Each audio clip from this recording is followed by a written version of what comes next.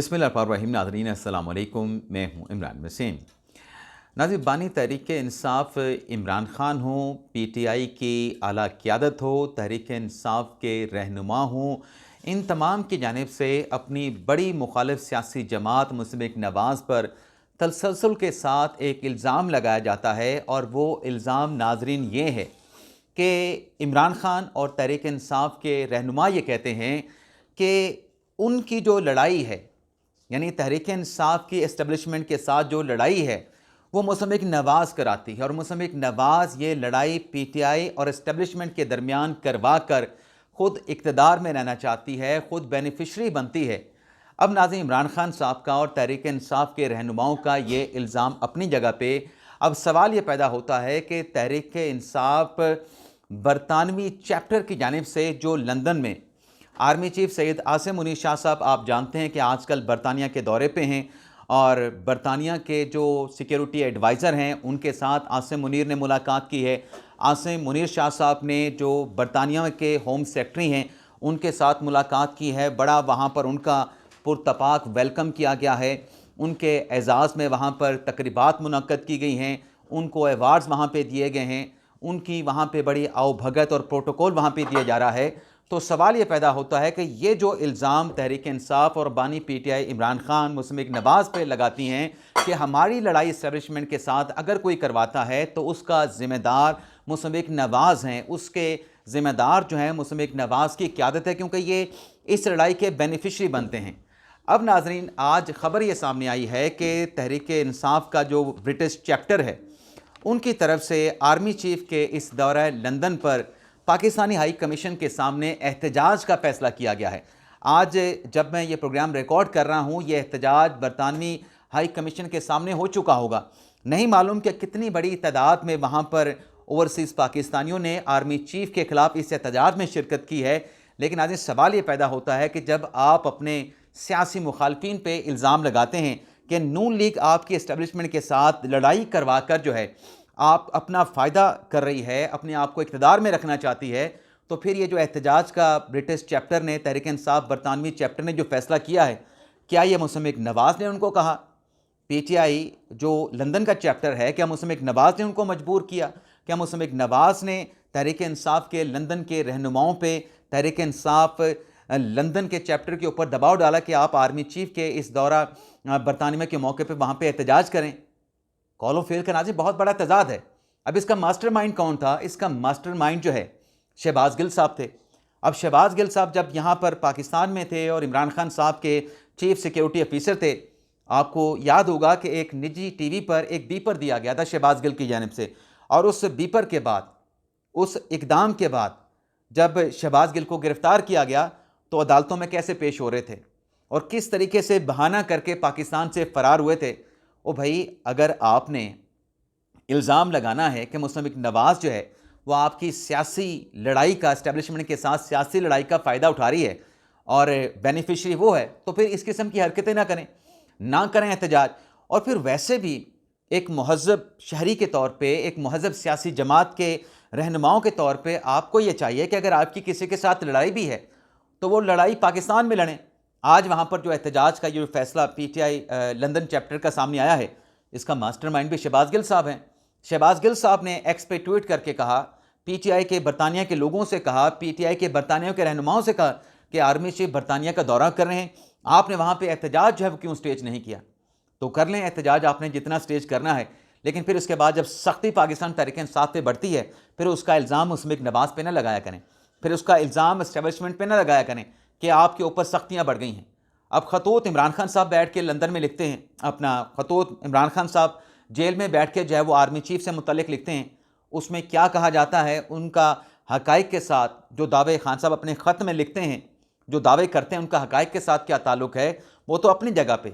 लेकिन बात यह है कि अगर फिर इतना तप्पड़ है तो फिर इमरान खान साहब अपनी पार्टी के जो सियासी कमेटी है और जो पाकिस्तान तहरीक इंसाफ की पार्लिमानी कमेटी है, उससे भी कहें ना कि आपके उन खतूत को जो है वो इंडोर्स कर दें। पिछले दो दिनों से नंबर एंकर नदीम मलिक साहब ने तहरीक इंसाफ के रहनुमाओं को लाजवाब करके रख दिया है कि आर्मी चीफ के नाम जो इमरान खान साहब ने 3 खतूत लिखे हैं, बताएं कि आपकी सियासी कमेटी ने, तहरीक इंसाफ की पार्लिमानी कमेटी ने इमरान खान साहब के उन खतूत की तौसीक क्यों नहीं की? अब किसी भी रहनुमा के पास जवाब नहीं था, चाहे वो फैसल चौधरी साहब थे। फैसल चौधरी साहब से सवाल उन्होंने कहा मेरा तो पाकिस्तान तहरीक इंसाफ के साथ कोई ताल्लुक नहीं, मैं तो पाकिस्तान तहरीक इंसाफ में है ही नहीं। लेकिन आप उनके अगर मीडिया टॉक सुनेंगे, वो इमरान खान साहब की सपोर्ट कर रहे होते हैं, इमरान खान साहब की बात कर रहे होते हैं, इमरान खान साहब की हमायत कर रहे होते हैं। और दूसरा, लाजवाब हुए खैबर पख्तूनख्वा तहरीक इंसाफ के जो सदर हैं जुनैद अकबर साहब, उनसे भी सवाल पूछा गया, वो भी लाजवाब हो गए। उन्होंने कहा जी मैं पता करूंगा कि हमारी सियासी कमेटी ने और पार्लिमानी कमेटी ने इमरान खान साहब के ओपन खतूत की जो है वो तौसीक क्यों नहीं की। और सेक्रेटरी जनरल पाकिस्तान तहरीक इंसाफ के सेक्रेटरी जनरल सलमान अकमरारी साहब ये कहते हैं कि वो जो खतूत आर्मी चीफ से मुतल्लिक इमरान खान साहब ने लिखे थे वो तो ओपन लेटर थे। भाई ओपन लेटर थे, लेकिन आपकी पार्टी के अपने लोग उसकी एंडोर्समेंट नहीं कर रहे। आप कहते हैं कि अवाम ने उन खतूत को मान लिया, अवाम ने, आपके वोटर सपोर्टर ने उन खतूत की तौसीक कर दी, तो फिर ये पार्टी की जो पार्लिमानी पार्टी है, इसके अलावा जो सियासी कमेटी है, इसको फिर किस काम के लिए रखा हुआ है? और फिर इस किस्म की हरकतें करने के बाद जब आप समझते हैं कि अब हमारे ऊपर सख्तियाँ बढ़ने लगी हैं, तो फिर ना इस किस्म की हरकतें किया करें जिसका किसी मामले के साथ लॉजिकली कोई ताल्लुक़ नहीं बनता। और फिर बाहर जाके आर्मी चीफ को जब वहाँ पे एजाज़ मिल रहा है, रिस्पेक्ट मिल रही है, प्रोटोकॉल मिल रहा है, उन्हें एजाज़ात से वहाँ पे नवाजा जा रहा है, तो फिर आप वहाँ पे जब एहतजाज करेंगे तो फिर आप एक पाकिस्तानी होने के नाते क्या पाक फ़ौज की आप खिदमत कर रहे हैं? क्या रियासत पाकिस्तान की खिदमत कर रहे हैं? आपका इख्तलाफ है तो पाकिस्तान में आके बात करें, आपका इख्तलाफ है तो पाकिस्तान में आप एहतजाज करें। क्या सारी PTI बैरून मुल्क चली गई है और फिर आप ग़ुलामी से निजात की बात करते हैं? ऐसे ग़ुलामी से निजात हासिल करनी है कि आप बाहर वालों को इस दावत दें कि वो हमारे रियासती इदारों में आके मुदाखलत करें। अगली खबर नाज़रीन चलते हैं, और अगली खबर नाज़रीन क्या है? अगली खबर है नाज़रीन, वैसे पाकिस्तान तहरीक इंसाफ के रहनुमा आपस में भी उलझ पड़े हैं। यानी ये इल्ज़ाम नून लीग पे लगाना कि नून लीग इस्टेब्लिशमेंट के साथ लड़ाई कराती है। ओ भाई, नून लीग पे इल्ज़ाम लगाने से पहले आपके जो within the party, within the Pakistan Tehreek Insaf जो रहनुमा, जो पार्टी के लोग आपस में उलझे पड़े हैं, जो दरारें पड़ रही हैं, जो इख्तलाफात सामने आ रहे हैं। अब देखिए, कमेटी तहरीक इंसाफ की जानिब से बनाई गई, वो कमेटी क्या थी? वो कमेटी थी कि ये 11 रुकनी एक कमेटी है जो इमरान खान साहब की रिहाई के हवाले से तजावीज़ पेश करेंगी। यानी खान साहब को 600 या 500 दिन से ज़्यादा हो चुके हैं जेल में, अडियाला जेल में, या कैदोबंद की सोबतों को बर्दाश्त करते हुए। अभी तक तहरीक इंसाफ का आलम यह है, हालत यह है कि इमरान खान साहब की रिहाई की तजावीज़ तैयार नहीं हो चुकी। इमरान खान साहब की रिहाई की तजावीज़ ना तैयार की जा सकें, अब तैयार की जा रही हैं।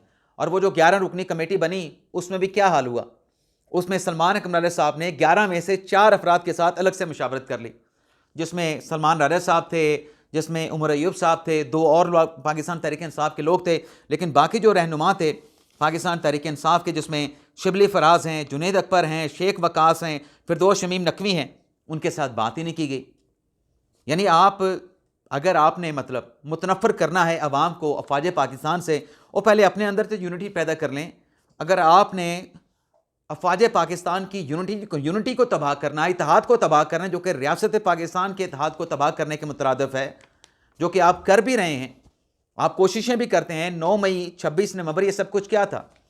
और फिर उसके बाद नवंबर 2023 का इमरान खान साहब का जो लॉन्ग मार्च था, वो क्या था? वो सब कुछ यही था। प्रेमा फेशी सब कुछ यही अटैम्प्ट्स थी कि बीच में से कोई ऐसा धड़ा निकले, कोई ऐसा सेक्शन निकले जो खान साहब के लिए जो है वो आवाज़ बुलंद करते। लेकिन अफवाज पाकिस्तान का अपना एक कल्चर है, आप उसमें कामयाब नहीं हो सके। लेकिन पहले अपने अंदर किसी दूसरे में निफाक पैदा करने से पहले अपने अंदर जो है वो इत्तेहाद पैदा कर लें, और इस बात पे भी सोचें, इस बात पे भी सर जोड़ के बैठें कि हम जो इस किस्म की हरकतें पाकिस्तान के अंदर, पाकिस्तान के बाहर आप कौमी सलामती के इदारों के ख़िलाफ़ करते हैं, अगर खुदा न खास्ता ये नफाक पैदा हो गया तो फिर मुल्क के दिफा का क्या होगा? अगर दिफा के इदारे में दरारें पड़ गईं, दिफा के दिफाई इदारों में इत्तेहाद न रहा, तो फिर शायद मैं अगली बात नहीं करता। मैं करने लगा था, फिर मुझे आया कि मुझे कम अज़ कम ये बात नहीं करनी चाहिए। अब नाज़रीन आ जाते हैं कि सुप्रीम कोर्ट के 8 जजेस में दंगल, ये नाज़रीन कानूनी दंगल है। जो हमने प्रीवियस वीडियो लॉग में बात की थी कि जो इस्लामाबाद हाई कोर्ट के 5 जजेस हैं, उनकी जानिब से जो आमिर फ़ारूक साहब का फ़ैसला है कि जो 3 जजेस इस्लामाबाद हाई कोर्ट में ट्रांसफ़र पर आए हैं, लाहौर हाई कोर्ट से, सिंध हाई कोर्ट से, बलूचिस्तान हाई कोर्ट से, उनकी सीनियरिटी ने उनके ट्रांसफ़र के साथ ही इस्लामाबाद हाई कोर्ट में ट्रैवल किया है। तो लिहाजा सरफराज डोगर साहब जो हैं वो इस्लामाबाद हाई कोर्ट के सीनियर प्यूनी जज हैं, मोहसिन अख्तर कियानी साहब से सीनियर हैं। अब ये जो नाज़रीन सीनियरिटी की डिटर्मिनेशन आमिर फ़ारूक साहब ने की, इस पर 5 जजेस ने रिप्रेजेंटेशन फ़ाइल की। वो रिप्रेजेंटेशन आमिर फ़ारूक साहब ने सुप्रीम कोर्ट के जज का हलफ उठाने से पहले उस रिप्रेजेंटेशन को मुस्तरद कर दिया। डिक्लेयर क्या किया कि ये जजेस, इनकी जो सीनियरिटी डिटर्मिन की गई है वो बिल्कुल आइन के आर्टिकल 200 की रोशनी में, क्योंकि सदर का अख्तियार है तो ये सीनियरिटी अपनी साथ लेके आए हैं। तो सरफराज डोगर साहब भी सीनियर प्यूनी जज होंगे। अब नाज़रीन, आज इन 5 जजेस की जानिब से जो कॉन्स्टिट्यूशन पटिशन आर्टिकल 184(3) की सुप्रीम कोर्ट ऑफ पाकिस्तान में दायर की गई है, जिसमें मजमूई तौर पे ये जो नाज़रीन दरख्वास्त है ये 88 सफ़ात की है, लेकिन एक्चुअल जो पटिशन है वो तो 47 पेज की है।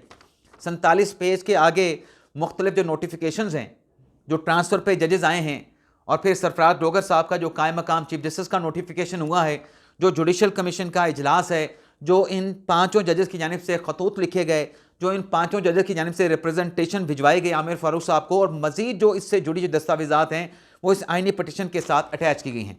लेकिन आज इस दरख्वास्त में इन 5 जजेस ने, जिसमें मोहसिन अख्तर कियानी साहब हैं, जिसमें बाबर सत्तार साहब हैं, जिसमें तारिक जहांगीरी साहब हैं, जिसमें समन रिफत इम्तियाज़ साहबा हैं, जिसमें जैसे सरदार इजाज़ इसाक खान साहब हैं, इन 5 जजेस ने अपने इस पटिशन में जिन वकला की खिदमात हासिल की, उसमें मुनीर मलिक साहब हैं, उसमें बैरिस्टर सलाहुद्दीन हैं। लेकिन रिस्पोंडेंट साइड पे जब ये 5 जजेस की पटिशन सुप्रीम कोर्ट में ज़ेर समात आएगी, ज़रा सी बात है कि आर्टिकल 184(3) की पटिशन है तो कॉन्स्टिट्यूशनल बेंच में ही लगेगी। तो कॉन्स्टिट्यूशनल बेंच जब इस दरख्वास्त के ऊपर समात करेगा और ये डिटरमिन करेगा और इस फैसले पे पहुंचेगा कि ये दरख्वास्त सीनियरिटी से मुतल्लिक जो आई है इस्लामाबाद हाई कोर्ट के 5 जजेस की, ये काबिल समात है, इस पर हमें मुतलका जो फ़रीक़ैन हैं उन्हें नोटिस जारी करने चाहिए।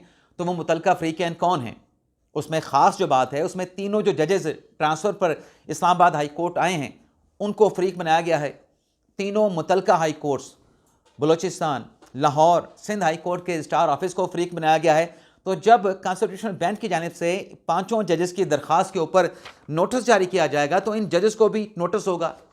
5 जज पटिशनर के तौर पे खड़े होंगे, उनकी तरफ से उनके वकला दलाइल दे रहे होंगे।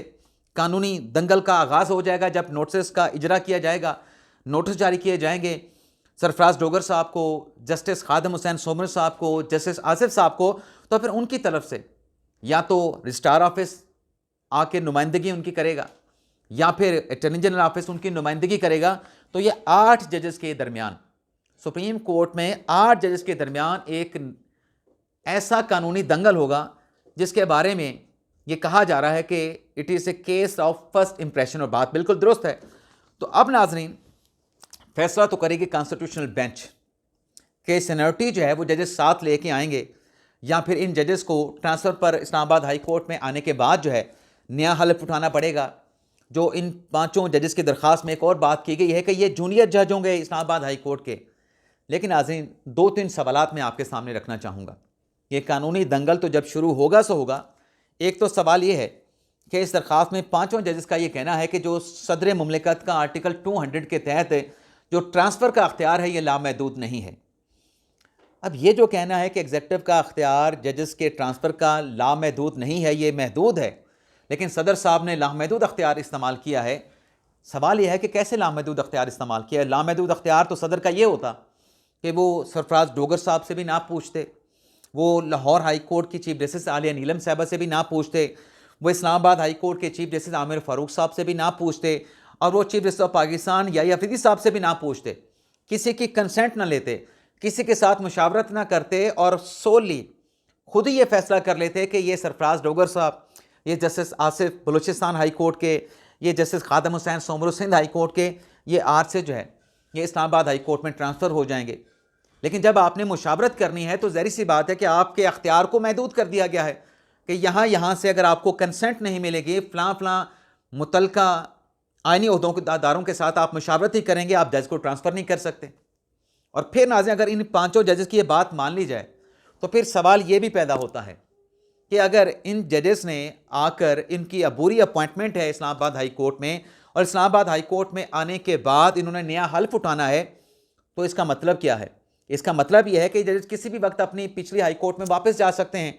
लेकिन अगर नाज़रीन, अगर इसी बात को दुरुस्त माने कि इन जजेस ने हल्फ उठाना है, तो जब आप पहले हल्फ के बाद दूसरा हल्फ उठाते हैं तो आपका पिछला हल्फ तो ख़त्म हो जाता है, फिर तो आपका नया हल्फ होता है। प्रीवियस हल्फ तो आपका नए हल्फ के बाद एलिमिनेट हो जाता है, ख़त्म हो जाता है। तो जब ये जजेस इस्लामाबाद हाई कोर्ट में आके हल्फ उठाएंगे और एक अबूरी पीरियड के बाद, वैसे तो सदर साहब का अख्तियार है कि उसकी मियाद भी उन्होंने डिटरमिन करनी है, लेकिन अगर एक सर्टन पीरियड के बाद ये जज वापस जाते हैं तो वहाँ पर भी जिस हाई कोर्ट से आए हैं वहाँ पर भी जूनियर हो जाएंगे, वहाँ पे जाके फिर नए सिरे से हल्फ उठाना पड़ेगा। तो ये मंतक जो है वो समझ नहीं आती। और फिर नाज़रीन, इस दरख्वास्त में इन जजेस की जानिब से, पाँचों जजेस की जानिब से जो उनकी लीगल टीम है, इसमें एक तो कहा गया कि एग्जेक्टिव का जो अख्तियार है वो लामहदूद नहीं हो सकता, और फिर इसमें माजी के जो मार्शला हैं उनसे मुतल्लिक भी जिक्र किया गया है। जनरल अयूब का जिक्र किया गया है, परवेज़ मुशर्रफ का जिक्र किया गया है, ज़िया-उल हक के मार्शला का जिक्र किया गया है, और परवेज़ मुशर्रफ की एमरजेंसी का जिक्र किया गया है। तो सवाल ये है कि अगर पाकिस्तान के कॉन्स्टिट्यूशन में, पाकिस्तान का जो कॉन्स्टिट्यूशन है वो जजेस के ट्रांसफ़र के हवाले से, अगर फ़र्ज़ कर लें कि अगर खामोश है कि जजेस अपनी सीनियरिटी साथ लेके आएंगे, जजेस की सीनियरिटी उनके साथ जाने वाली हाई कोर्ट तक ट्रैवल करेगी नहीं करेगी, तो फिर आपको किसी मिसाल को देखना होगा, किसी अदालती नज़ीर को देखना होगा। तो अदालती नज़ीर हमें इंडियन सुप्रीम कोर्ट से मिलती है, जहाँ पर यह डिक्लेयर किया जा चुका है कि जजेस जब ट्रांसफ़र होंगे तो उनकी सीनियरिटी भी उनके साथ ट्रांसफ़र होगी। लेकिन बहरहाल अब चूँकि पटिशन आ चुकी है, अब इस पटिशन पे फैसला करना है कॉन्स्टिट्यूशनल बेंच ने, उससे पहले कॉन्स्टिट्यूशन कमेटी ने फैसला करना है कि ये दरख्वास्त कब जो है वो समाअत के लिए फ़िक्स की जाएगी। तो ये नाज़रीन, आज का हमारा वीडियो लॉग। आपसे इजाज़त चाहते हैं। अल्लाह ताला हम सबका हामी नासर, अपनी दुआ में याद रखिएगा। अल्लाह हाफ़िज़।